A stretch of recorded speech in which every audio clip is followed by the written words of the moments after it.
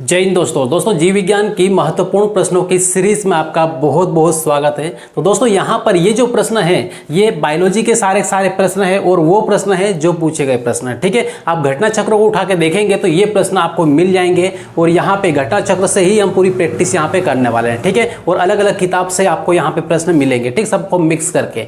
चलिए, तो सबसे पहले वे स्टूडेंट्स ध्यान दें यहाँ पर जो रेलवे की तैयारी करने वाले स्टूडेंट्स है, आरआरबी, एएलपी, आरपीएफ या फिर टेक्नीशियन, ठीक है, और उसके बाद में स्टेट पीसीएस वाले जितने भी स्टूडेंट्स हैं वो अच्छी तरीके से इसको देख ले, यहाँ पे ध्यान से समझ ले। ठीक, चलिए यहाँ पर सबसे पहला प्रश्न क्या कहता है, इसको ध्यान से पढ़ लें एक बार और उसके बाद में इसका जो भी जवाब है, जो भी आंसर है वो आपको कमेंट कर देना है। ठीक है, बाकी कमेंट जरूर करना है। ठीक है, आलसी बिल्कुल नहीं करना है। जो कमेंट नहीं करता है मतलब समझ लो उनकी जो पढ़ाई है थोड़ी सी वीक है, मतलब पढ़ाई में कहीं ना कहीं कमी है। ठीक है, इसलिए ध्यान रखें इसको और कमेंट करें। ठीक है, सही हो गलत हो डजंट मैटर, लेकिन कमेंट जरूर करना है। ठीक, चलिए सबसे पहला वाला प्रश्न जीव विज्ञान के महत्वपूर्ण प्रश्न, और इसमें पहला प्रश्न क्या कहता है कि पृथ्वी पर जीव का उद्गम कब हुआ लगभग। ठीक है, तो पृथ्वी पर जीव का उद्गम कब हुआ, जीव का प्रारंभ कब हुआ लगभग में आपको बताना है। ठीक है, क्योंकि एकदम करेक्ट डाटा आपको किसी भी बुक में नहीं मिलेगा, राइट। तो यहाँ पे आपका जो आंसर है वो क्या है, सबसे पहले वो कमेंट करें और उसके बाद फिर यहाँ पर देखें। तो इसका जो आंसर है वो ये है कि यहाँ पर 2 अरब वर्ष पूर्व, 2 अरब वर्ष पूर्व, ये क्या है लगभग में है। ठीक है, फिक्स नहीं है, हो सकता हो आपके पास जो बुक है उसमें 3 अरब वर्ष पूर्व दे या फिर 3.5 अरब वर्ष पूर्व दे। ठीक है, 3.5 अरब वर्ष पूर्व। ठीक है, ये इसलिए मैं कह रहा हूं कि मैंने अलग अलग किताबों में देखा है, अलग अलग भी है इस डाटा को। ठीक है, गूगल पे जाएंगे तो वहां पे भी आपको अलग अलग मिलेगा, यहां तक कि 4 अरब वर्ष पूर्व भी कहीं कहीं मिलेगा आपको। ठीक है, इसलिए आपको ध्यान रखना है यहां पर कि 2 अरब वर्ष पूर्व है या फिर 3.5 अरब वर्ष पूर्व, ये भी इसका आंसर है। ठीक है, तो इसलिए यहां पर क्या लिखा है लगभग। ठीक है, प्रश्न आएगा तो उसमें भी लिखा रहेगा लगभग में। बस आपको देखना है 4 ऑप्शन को ध्यान से बारीकी से कि कौन सा इस रेंज में आता है, 3.5 और 2 की रेंज में आता है। ठीक है, ये मान लो ये दोनों ना हो और बड़ा नंबर हो तो फिर 4 यदि है तो 4 को यहाँ पे आपको ऑप्शन में लगाना है। क्लियर है इतना? चलिए अब फिर यहाँ पर देखें तो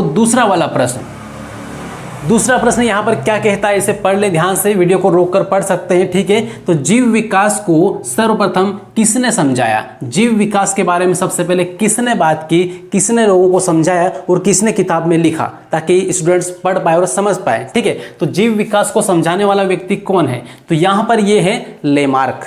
पढ़ा है जीव विकास, लेमार्क की थ्योरी पढ़ी है। ठीक है, तो लेमार्क ने ही सबसे पहले क्या किया, जीव विकास के बारे में समझाया, राइट। तो यहां पर इसका आंसर क्या है, इसका आंसर है लेमार्क, राइट, ये है। अब इसके बाद फिर यहां पर देखें तीसरा वाला प्रश्न देखें, लेकिन उससे पहले यदि आप चैनल पर पहली बार आए हैं, चैनल को सब्सक्राइब नहीं किया है तो बिल्कुल यहां पर कर दें और वीडियो को लाइक भी कर देना है। ठीक है, चलिए तो यहां पर देखिए तीसरा वाला प्रश्न क्या कहता है, एक जीन एक एंजाइम की परिकल्पना दी, एक जीन एक एंजाइम की परिकल्पना किसने दी।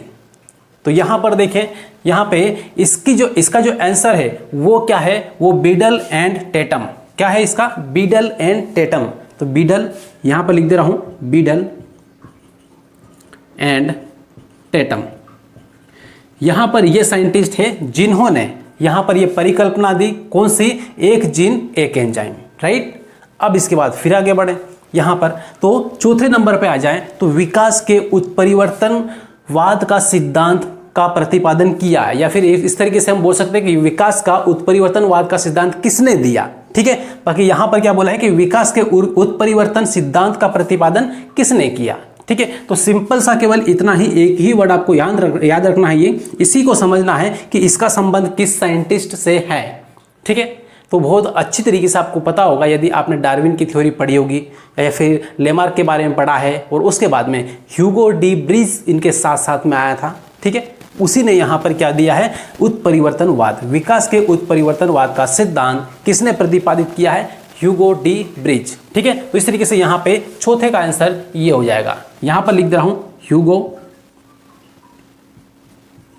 Hugo de Vries.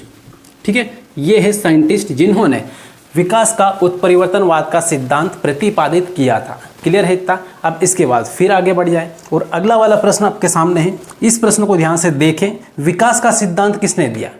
विकास का सिद्धांत किसने दिया ये आपको बताना है। ठीक है, तो सबसे पहले कमेंट करें, उसके बाद फिर यहाँ पर देखें। ठीक है, अब यहाँ पे देखें विकास का सिद्धांत किसने दिया, तो यहाँ पर ये किसने दिया था, तो ये दिया था डार्विन ने। किसने दिया था? डार्विन ने दिया था। राइट, तो इस तरीके से यहाँ पे इसका आंसर हो जाएगा विकास का सिद्धांत किसने दिया, ये डार्विन।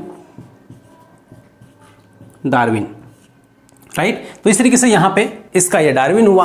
और उसके बाद में फिर 6वें नंबर पे आ जाओ तो काफी इंपॉर्टेंट प्रश्न है, ये पूछा गया प्रश्न है। आधुनिक मनुष्य के हाल का पूर्वज है। आधुनिक मनुष्य के मतलब वर्तमान जो मनुष्य है ये मनुष्य के हाल का पूर्वज है। तो हाल का पूर्वज कौन सा है? ठीक है, तो यहाँ पे इसका जो पूर्वज है वो क्रोमैग्नोन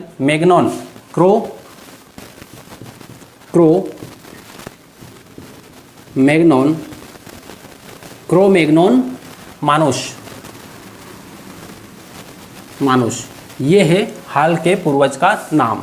ठीक है, तो आधुनिक मनुष्य के हाल का पूर्वज कौन है? तो क्रोमैग्नोन मानुष ये नाम है। राइट, अब फिर यहाँ पर देखें आगे तो 7वें नंबर पे डायनासोर युग था। डायनासोर युग कौन सा था? ठीक है, तो मेसोजोइक युग को ही डायनासोर युग कहते हैं। ठीक है, मेसोजोइक युग। तो यहाँ पर देख लो मेसोजोइक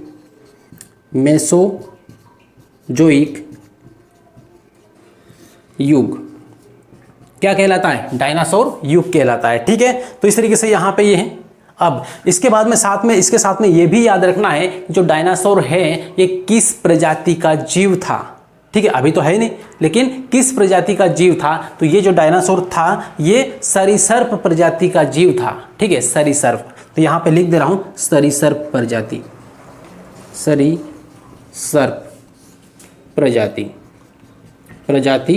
का जीव था। राइट, अब इसके बाद फिर यहाँ पर देखें 8वें नंबर पे पृथ्वी का सबसे पुराना जीव था। तो पृथ्वी पर सबसे पुराना जीव कौन सा था और है भी? ठीक है, तो सबसे पुराना जीव कौन सा था? तो इसे हम बायोलॉजी में पढ़ते हैं और अलग से इसके बारे में मैंने एक पूरी क्लास दी थी।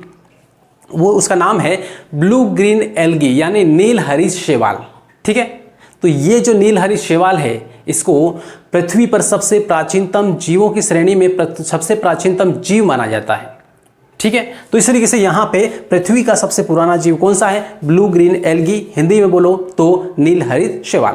राइट, जो धान के खेतों में पाया जाता है। ठीक है, अब यहाँ पर इसे बहुत ज़्यादा मैंने डिस्कशन इसलिए नहीं किया क्योंकि यहाँ पे सिंपल स्टैटिक जीके के रूप में हम इसको ले रहे हैं। ठीक है, और बाकी बहुत ज़्यादा डिस्कशन करने की जरूरत नहीं है यदि आपने पढ़ा है तो, और साइंस यदि नहीं पढ़ा है तो जरूर पढ़ लें एक बार। राइट, चलिए तो यहाँ पे इसका नील हरित शैवाल लिख दे रहा हूँ यहाँ पर, नील हरित शैवाल, नील हरित शैवाल। ठीक है, ये इसका आंसर है नील हरित शैवाल। उसके बाद 9th नंबर पे आ जाओ तो पुस्तक द ओरिजिन ऑफ स्पीशीज किसने लिखी? द ओरिजिन ऑफ स्पीशीज किसने लिखी? ये किताब किसकी है? तो द ओरिजिन ऑफ स्पीशीज जो बुक है ये लिखने वाला जो साइंटिस्ट है, वैज्ञानिक है, वो है डार्विन। कौन है? डार्विन। तो डार्विन के द्वारा ही ये बुक यहाँ पर लिखी गई है। यहाँ पर लिख दे रहा हूँ डार्विन। राइट, तो इस तरीके से यहाँ पे ये प्रश्न टोटल कितने हुए? 9 प्रश्न हो गए। ठीक है, एक प्रश्न मैं आपको दे रहा हूँ और वो प्रश्न का जवाब आपको खुद को देना है, यहाँ पर मैं नहीं बताऊंगा। ठीक है, तो वो आपको बताना है। देखते हैं कि आप दे पाते हैं नहीं दे पाते हैं, और बाकी इनमें से आपके कितने प्रश्न सही गए कितने गलत गए वो भी आपको कमेंट में लास्ट में बता देना है कि कितना नंबर आपका है। ठीक है, तो यहाँ पे एक प्रश्न मैं आपको दे रहा हूँ, वो है विकास का मुख्य कारक है। विकास का मुख्य कारक है क्या कारक है, या फिर विकास का मुख्य घटक है क्या है, ये आपको बताना है। ठीक है, ये प्रश्न आपके लिए। राइट, तो इस तरीके से यहाँ पे ये प्रश्न हुए कितने? 10। ठीक है, तो 10 प्रश्न आज हमने यहाँ पर डिस्कस किए, और इस टाइप से 10 20 10 20 30 40 इस तरीके से प्रश्न आपको मिलते रहेंगे, कंटिन्यू मिलते रहेंगे एक दिन मतलब अल्टरनेट डे में। ठीक है, तो आपको लगाते रहना है और अपनी प्रैक्टिस करते रहना है। अपनी जो प्रैक्टिस हो जितने ज़्यादा बढ़ाएं उतना फ़ायदा है, क्योंकि एक बार साइंस को पढ़ ले उसके बाद बार बार साइंस को रिपीट करने से अच्छा है कि उनके प्रश्नों को रिपीट करें। प्रश्नों से जितना ज़्यादा टकराएंगे उतना ज़्यादा आपका फ़ायदा होगा, उतना ज़्यादा मार्क्स आपके आ पाएंगे। राइट, चलिए दोस्तों, तो लास्ट में यदि चैनल पे नए हो सबसे पहले चैनल को सब्सक्राइब कर लेना है और बेल आइकन जरूर दबा लेना, और लास्ट में वीडियो कैसा लगा ये आपको जरूर बताना है कमेंट में, और यदि अच्छा लगे तो लाइक जरूर कर देना है। राइट, चलिए मिलेंगे अगली क्लास में। जय हिंद।